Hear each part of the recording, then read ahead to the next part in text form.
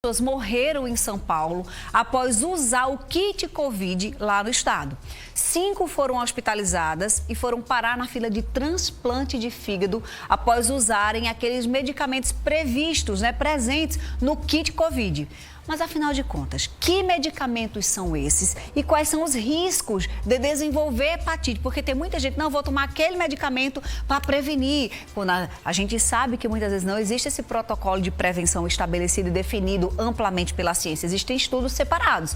Mas aí a nossa repórter Liliane Raquel vai conversar agora com quem entende do assunto para dizer para você quais são os riscos de tomar esse kit sem estar, com a Covid. Oi, Lili, boa tarde. Oi, Fernandinha, boa tarde a você, boa tarde para todo mundo. Olha só, os medicamentos presentes nesse suposto kit Covid são hidroxicloroquina, ivermectina, anticoagulantes e a azitromicina também, tá? E a gente conversa agora com o doutor José Imar, que vai explicar pra gente os riscos, do consumo desses medicamentos. Doutor, qual é o perigo de consumir esses medicamentos que eu acabei de citar? Boa tarde. Boa tarde a todos. Como toda medicação, ela é propensa, sujeita de risco de desenvolver efeitos colaterais. Não quer dizer que todo mundo vai ter efeito colateral. Desde medicações de uso caseiro, uso doméstico, elas têm um potencial de risco baixo, por isso que elas são utilizadas, algumas até de compra livre em farmácia. Mas numa situação como esse tratamento que você está citando aí, que incorpora várias medicações, numa pessoa que muitas vezes já está com a doença, com Covid, já está inflamado, já está com o vírus agindo, inflamando outros órgãos, inclusive o próprio fígado, essas medicações podem acentuar o seu perfil de risco. Você citou a azitromicina, um antibiótico de uso corrente, de uso seguro, utilizamos há longo tempo e ela é bem tolerada, mas geralmente dá efeitos colaterais leves, náuseas, desconforto estomacal, eventualmente até diarreia.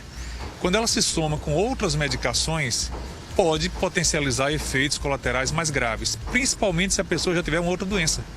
Algumas pessoas têm problemas renais, têm problemas já de fígado, têm doença hepática crônica, consomem álcool, têm hepatites. Então, quando você junta cada vez mais medicações, as interações entre elas aumentam o potencial de efeitos adversos graves, que eu acho que é quem está querendo chamar a atenção aqui do risco à saúde desses efeitos colaterais. E aí seria a hepatite, por exemplo, uma dessas doenças, né? Sim, a inflamação do fígado é uma das complicações frequentes de uma dessas drogas ou da interação entre várias delas, porque o fígado é o órgão que metaboliza essas substâncias e que vai depois auxiliar a excreção pela própria bile, através do fígado, ou preparando-as para ser excretada pelos rins, por via renal. Quando você toma essas medicações e elas interagem e levam à inflamação do fígado, você vai ter um quadro de hepatite medicamentosa que pode ser leve, mas que também pode ser um quadro, embora não frequente, é um quadro não habitual, pode ser um quadro grave, fatal, que necessite até de intervenções como transplante de fígado.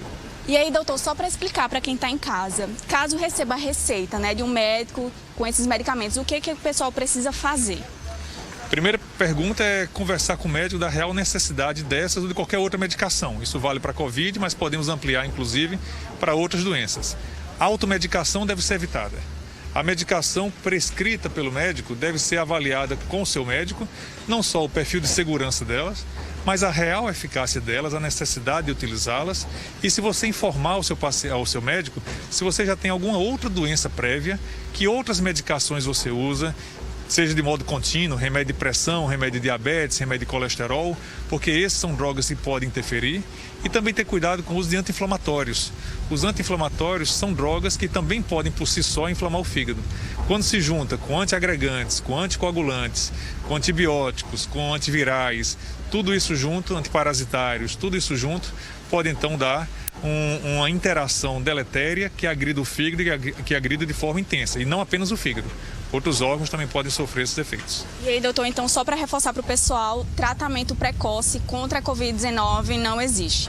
A gente tem que ter um certo cuidado em separar o que é tratamento preventivo. Eu não tenho Covid e quero tomar remédios para evitar pegar Covid. Até hoje, nada prova que nenhuma dessas medicações funciona. Tem que ter um cuidado em relação ao tratamento precoce. Peguei Covid, quero tomar as medicações para evitar me agravar. Aí há duas correntes principais. Uma que advoga que ele tem um efeito e em laboratório algumas dessas medicações têm efeito antiviral. Uma outra corrente que advoga que não tem estudos que mostrem o benefício. Esse é um ponto extremamente polêmico. Depois que a pessoa tem Covid e o Covid grave, esse daí precisa não só de cuidados, mas de cuidados em ambiente hospitalar. ter cuidado para a gente não agravar ainda mais utilizando outras medicações ou inalações, coisas caseiras que podem acentuar mais ainda os problemas. E esse paciente com Covid com repercussão tem que ter assistência médica sempre. Então, não é que Covid fique em casa escondido. Covid, avalie o grau de intervenção de saúde que o paciente precisa. Ambulatorial, sem necessidade de internar, com vigilância e cuidados e exames periódicos, até mesmo o paciente mais grave que requer internação em UPA ou até mesmo internação em UTI. E aí, doutor, só para finalizar, solução comprovadamente científica, só a vacina.